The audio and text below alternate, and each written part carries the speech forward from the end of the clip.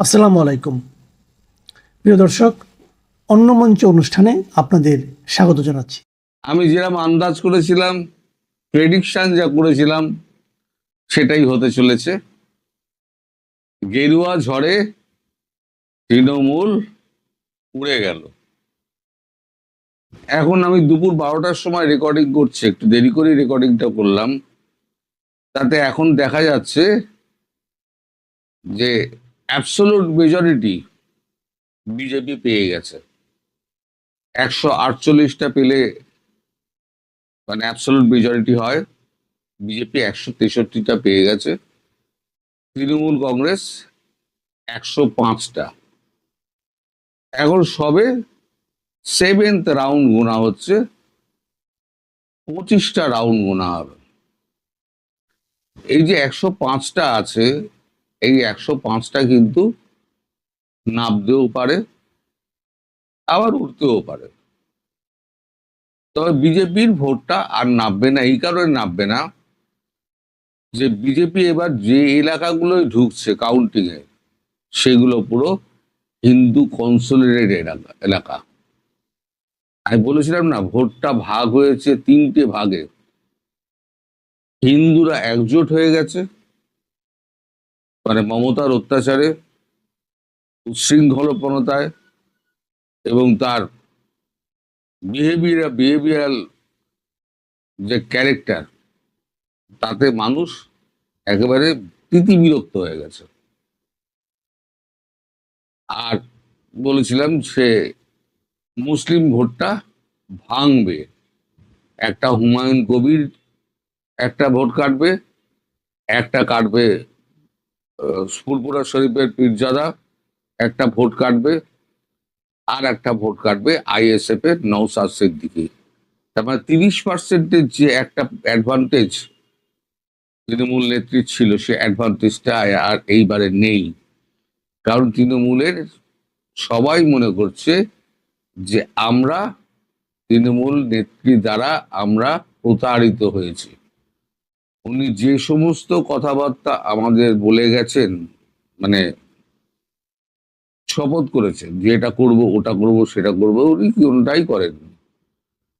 উল্টে ভোটটি নিয়ে তাদেরকে এখন দুধেল গাই হিসেবে তাদের পরিচয় হয়েছে। এখন উনি অনেক ভালো ভালো মধুর মধুর কথা বলে ঠিক ভোট যেদিকে মানে 29 তারিখ, মানে ভোট হলো তো আপনার 29 তারিখ বিকেলবেলা উনি একটা হাসি মুখে একটা অভিযোগও করেছেন, আবার সবাইকে ধন্যবাদ জানিয়েছেন। এমন মিষ্টি মিষ্টি মধুর কথা আমি কিন্তু কখনো তৃণমূল নেত্রীর মুখে দেখিনি। তার সবসময় মেজাজ তিরিক্কি হয়ে থাকতো, তার সামনে কেউ কথা বলতে পারতো না।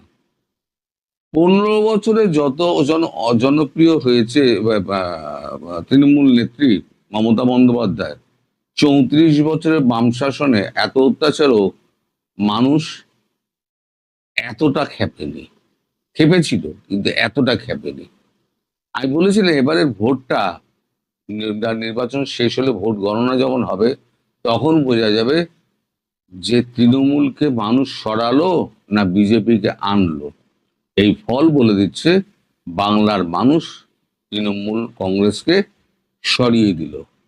অর্থাৎ তুমি এবার বিদায় হও, আর তোমায় পশ্চিমবঙ্গের মুখ দেখতে হবে না। এই যে চেয়ার থেকে উনি বেরিয়ে গেলেন, পশ্চিমবঙ্গের যা ইতিহাস আছে রাজনৈতিক, তৃণমূল বলে আর বস্তুটি মানে দলটি আর দ্বিতীয়বার ক্ষমতায় আসার কোনো অবস্থাতেই চান্স নেই। এবার উনি যে মানে অনুরোধটা করেছেন, সবাইকে ধন্যবাদ জানিয়েছেন এবং একটা অভিযোগ করেছেন, আগে সেই ভিডিওটা আপনারা দেখুন, তারপরেতে আমি আবার কথা বলব। নমস্কার, আমি বাংলার মামাটি মানুষকে অনেক আমার প্রণাম, সালাম, জোহার এবং জয় জিনেন্দ্র আমি সবকিছু জানাচ্ছি। সত শ্রী আকাল জি। আপনারা সকলে ভালো থাকুন, সুস্থ থাকুন। আপনাদের প্রতি আমরা খুব কৃতজ্ঞ। এত রোদ্দুরের মধ্যেও এবং সবকিছু অত্যাচার সহ্য করে আপনারা যেভাবে ভোট দিয়েছেন লাইনে দাঁড়িয়ে, আপনাদের কাছে আমরা খুব কৃতজ্ঞ। আমি আমার কর্মীদের কাছেও খুব কৃতজ্ঞ, যারা জীবনপণ লড়াই করে অনেক অত্যাচার সহ্য করে সেন্ট্রাল ফোর্স এবং এখানকার ফোর্স সবার যৌথ অত্যাচার সহ্য করেও টোটাল সমস্ত machinery government of India, prime minister, home minister থেকে শুরু করে পুরো গভর্নমেন্ট অফ ইন্ডিয়া এবং 19টা রাজ্যের বিজেপি নেতাদের এবং অর্থ ভান্ডার, শক্তির ভান্ডার, বন্দুকের ভান্ডার নিয়ে যারা বাংলার মানুষকে জব্দ করতে চেয়েছিলেন, জব্দ তারা কিন্তু ভোট বাক্সে হয়ে গেছে। আমি আপনাদের নিশ্চিন্ত করে বলতে চাই, যেটা টিভিতে দেখাচ্ছে এটা বিজেপি অফিস থেকে কালকে বেলা 1:08 সার্কুলেট করেছে এবং টাকা দিয়ে বলেছে যাতে এটা দেখানো হয়। তার কারণ হচ্ছে আমার কাছে স্পেসিফিক ইনফরমেশন এসছে 1:08 আমি কোনো একটা প্রেস মিডিয়ার থ্রুতে পেয়েছি এবং সেই ইনফরমেশনে দেখা যাচ্ছে তারা পরিষ্কার বলছে ফোর্সফুলি তোমায় করতে হবে, এটা তোমাকে এর মধ্যে যাওয়া যাবে না। কারণটা আসলে জানেন আপনারা, আমরা 200-300 পেয়ে যেতে পারি, 226 ক্রস করবো 2026-এ। মানুষ যে বিপুল ভাবে ভোট দিয়েছে, আমার তাদের প্রতি পুরো ভরসা, বিশ্বাস, আস্থা আছে। দেখলেন কত মিষ্টি মিষ্টি মিষ্টি মিষ্টি কথা বলছেন উনি। শেষে একটা এক্সিট পোল যেটা দেখানো হচ্ছে বিভিন্ন এতে, ভোট হয়ে গেলে তখন আমাদের নিয়ম হচ্ছে ভোটের আগে এক্সিট পোল দেখাতে পারবে না, ভোট শেষ হয়ে যাবে তারপরে তুমি এক্সিট পোল দেখাও। এই এক্সিট পোল নাকি কেন্দ্রীয় সরকার বিভিন্ন টিভিকে পয়সা দিয়ে তিনি এক্সিট পোল করিয়েছেন অমিত শাহ এবং নরেন্দ্র মোদী। এটা হচ্ছে ওনার অভিযোগ। তা উনি একবারও বললেন না যে আমি যে যে অপরাধগুলো করেছি, মহিলা মুখ্যমন্ত্রী হিসেবে আমি সিংহাসনে বসে মহিলাদের ওপরে যে নৃশংস অত্যাচার করেছি, আরজি কর থেকে আরম্ভ করে আপনার ওই বিজ্ঞান কলেজেরই অধ্যাপিকার ধর্ষণ নির্যাতনের কাণ্ড পর্যন্ত প্রত্যেক কটাকে উনি আড়াল করেছেন। তার রাজত্বকালে সব থেকে বেশি অসুরক্ষিত হয়েছেন মহিলারা। আরজি করে যে অভয়া, যে মেয়েটি, ডাক্তার মেয়েটি টিফিন খেতে গেছিল, 8 ঘন্টা না 45 মিনিটের মধ্যে সেইটু ঘুমিয়ে পড়েছিল, তাকে ধর্ষণ করে পেলভিস পর্যন্ত ভেঙে দিয়েছিল। যদি না বুঝতে পারেন যে কোনো ডাক্তারের কাছে জিজ্ঞেস করবেন, আমি আর ভিডিওতে সেটা ব্যাখ্যা করতে চাই না, মহিলারা দেখেন বলে আমি সেটা ব্যাখ্যা করব না। পেলভিস পর্যন্ত ভেঙে দিয়েছিল। রাতারাতি তিনি কি করলেন, সমস্ত তথ্য প্রমাণ একেবারে লোপাট করে বডিকে 3 ঘন্টার মধ্যে পোস্টমর্টম করে জ্বালিয়ে দিলেন, যাতে কোনো রকম প্রমাণ না থাকে। সিবিআই এসে কি করবে? বডি যদি না থাকে, যেখানে রেপ হয়েছে সেখানে যদি একবারে ধ্বংসস্তূপ করে দেয়, তাহলে সিবিআই এসে কি করবে, এনআইএ এসে কি করবে? তদন্ত তো হয় আপনার তথ্য প্রমাণের ভিত্তিতে, সার্কামস্টেন্সিয়াল এভিডেন্সের ভিত্তিতে। সে তো সব উড়িয়ে দিয়েছে। তো এইভাবে উনি সাধারণ মানুষকে পিষেছেন, মহিলাদের অত্যাচার করেছেন। এবারেতে চুরি, ডাকাতি, বালি থেকে পাথর পর্যন্ত সব, চাকরি চুরি,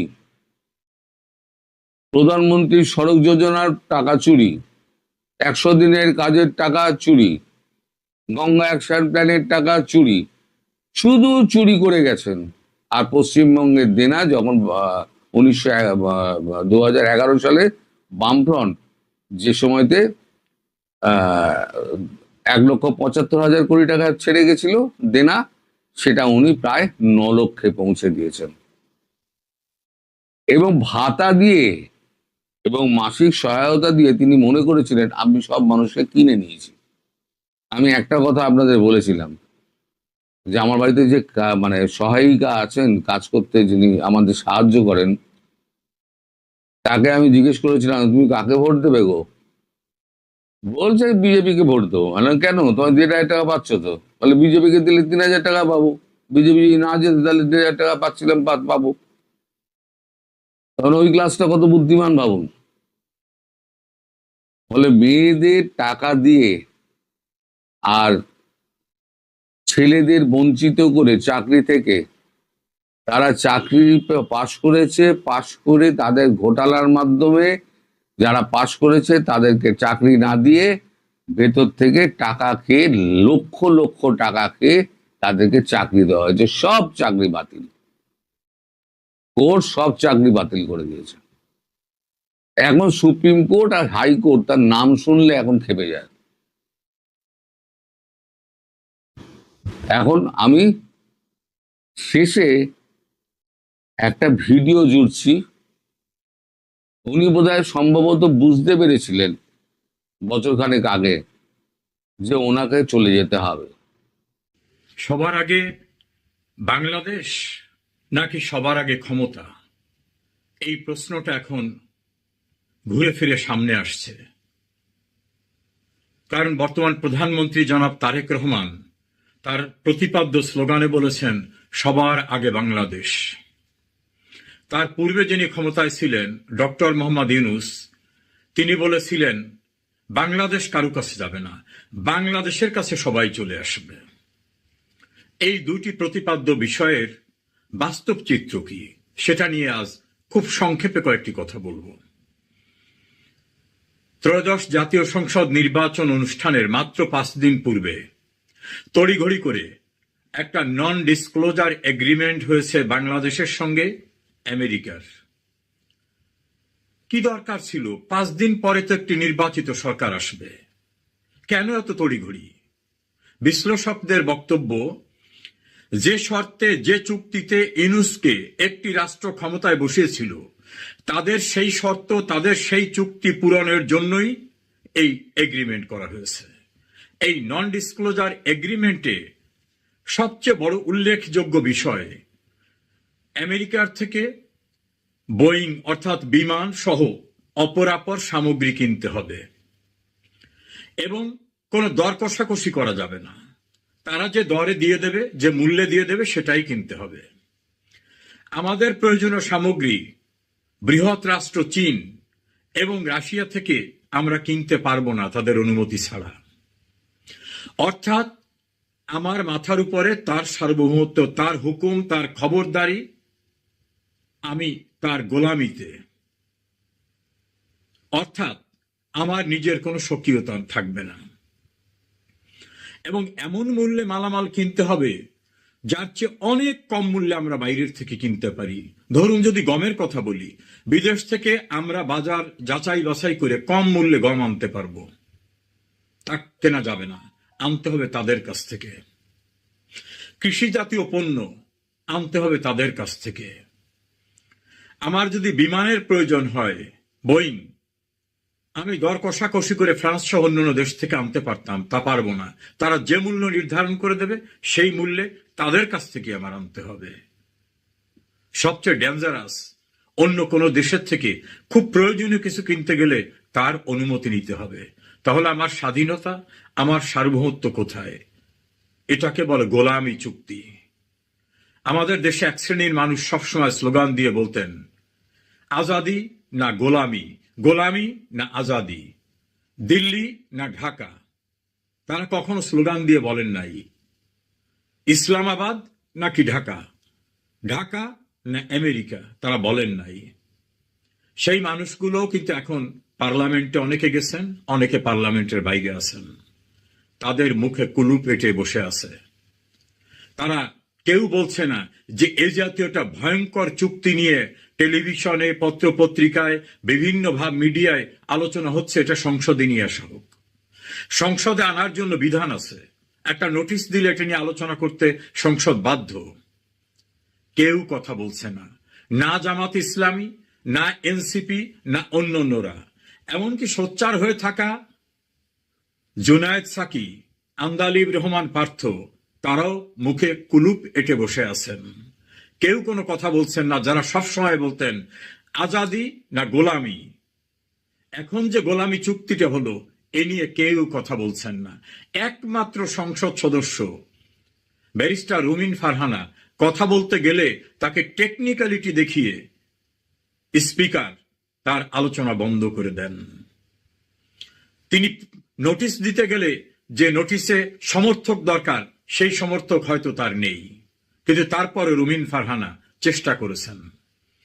এ জাতীয় চুক্তি করতে হলে রাষ্ট্রের রাজনৈতিক প্রতিনিধিত্ব নির্বাচিত সরকার হতে হয়। ইউনূস সরকার কি তা ছিলেন? খুবই ইম্পর্ট্যান্ট কথা। শেখ হাসিনা দেশ ছাড়ার পরে রাষ্ট্রপতি শাহাবুদ্দিন সুপ্রিম কোর্টে একটা রেফারেন্স পাঠিয়ে বলেছিলেন অন্তর্বর্তীকালীন সরকার গঠন করতে চান। সুপ্রিম কোর্ট অত্যন্ত সতর্কতামূলকভাবে বলেছে, অন্তর্বর্তীকালীন ব্যবস্থা হিসাবে জরুরি নির্বাহী কার্য সম্পাদনের জন্য রাষ্ট্রপতি, প্রধান উপদেষ্টা, অন্যান্য উপদেষ্টা নিয়োগ এবং তাদের শপথ পড়াতে পারেন। মনে রাখবেন, জরুরি নির্বাহী কাজের জন্য। বিদেশের সঙ্গে এ জাতীয় বড় একটা চুক্তি কি জরুরি নির্বাহী কাজের আওতায় আসে? অবশ্যই না। তার কাজটা ছিল রুটিন ওয়ার্কটা, যেটা আর্জেন্ট এক্সিকিউটিভ ফাংশন, কেবলমাত্র সেটা। তার বাইরে গিয়ে করেছেন। 5 দিন পরে নির্বাচিত সরকার আসবে, তাদের জন্য অপেক্ষায় রাখলেন না ডক্টর মোহাম্মদ ইউনূস। তিনি লন্ডনের চাথাম হাউসে বিবিসি সাংবাদিকরা যখন বলছিল তড়িঘড়ি করে কেন বিভিন্ন চুক্তি আপনি করছেন, তখন তিনি বলছিলেন বাংলাদেশের লোকরা এসব বোঝে না, তারা টাকা পেলেই ভোট দিয়ে দেয়। অর্থাৎ ভোটারদের অসম্মান করে ভোটাররা বোঝেন না, উনি সব বোঝেন। এইভাবে উনি এই চুক্তি করে গেলেন। দ্বিতীয়ত, এই চুক্তির বিষয় মহামান্য রাষ্ট্রপতিকে জানাতে হবে, এটা সাংবিধানিক বিধিবিধান, বাধ্যতামূলক বিধিবিধান। মহামান্য রাষ্ট্রপতি জনাব শাহাবুদ্দিন বলেছেন অতি সন্তর্পণে এগুলো করা হয়েছে, তাকে কিছুই জানানো হয়নি। তাহলে সংবিধান লঙ্ঘন হয়েছে। এক হচ্ছে ইউনূসের কোনো ক্ষমতা ছিল না, দ্বিতীয় হচ্ছে সংবিধান লঙ্ঘন হয়েছে, তৃতীয় হচ্ছে এটা রাষ্ট্রবিরোধী, রাষ্ট্রের স্বাধীনতা, সার্বভৌমত্ব এবং স্বার্থ বিরোধী। তার পরবর্তী হচ্ছে যে সরকার ক্ষমতা এলেন, যে পার্লামেন্ট গঠিত হলো, সেই পার্লামেন্টে এই বিষয়কে উপস্থাপন করতে হবে, কারণ রাষ্ট্রের নিরাপত্তা, রাষ্ট্রের স্বার্থ জড়িত। সেখানে এটা উত্থাপিত হচ্ছে না এবং সেটা নিয়ে কোনো আলোচনার ব্যবস্থা করা হচ্ছে না। তাহলে কি ইউনূস ক্ষমতা আসার জন্য যে চুক্তি করে এসেছিল অন্য দেশের স্বার্থ নিশ্চিত করার, তার ধারাবাহিকতায় এখন যারা আছেন তারাও সবার আগে বাংলাদেশ, এটা সঠিক নয়। সবার আগে ক্ষমতায় টিকে থাকা, এটাই কি সঠিক? তাহলে ইউনূসের যে স্লোগান ছিল আমরা কারো কাছে যাব না, সবাই আমাদের কাছে আসবে, তারেক রহমান প্রধানমন্ত্রী, তার স্লোগান ছিল সবার আগে বাংলাদেশ। কিন্তু সবার আগে বাংলাদেশকে বিকিয়ে দিয়ে যে স্বার্থ বিসর্জন দেওয়া গোলামি চুক্তি হলো, সেটা কি তিনি অ্যাপ্রুভ করে যাবেন? তাহলে সবার আগে বাংলাদেশ নাকি সবার আগে ক্ষমতা? আলোচক, বিশ্লেষক, অর্থনীতিবিদদের অভিমত সবার আগে ক্ষমতা নিয়ে ডক্টর ইউনূস এবং তার উত্তরাধিকারীরা বাংলাদেশের স্বার্থ বিসর্জন দিয়ে গোলামি চুক্তি করেছেন, যার সঙ্গে জামাত ইসলামী এবং বিএনপি জড়িত মর্মে, সম্মতি দিয়েছে মর্মে বর্তমান সরকারের পররাষ্ট্রমন্ত্রী খলিলুর রহমান বলেছেন তাদের সম্মতিতে এই চুক্তি হয়েছে। আর যারা চিৎকার করে কথা বলতেন, জোনায়েদ সাকি, আন্দালিব রহমান পার্থ সহ অন্যান্যরা, এনসিপির নাহিদ সহ অন্যান্যরা, তারা মুখে কুলুপ এঁটে বসে আছেন।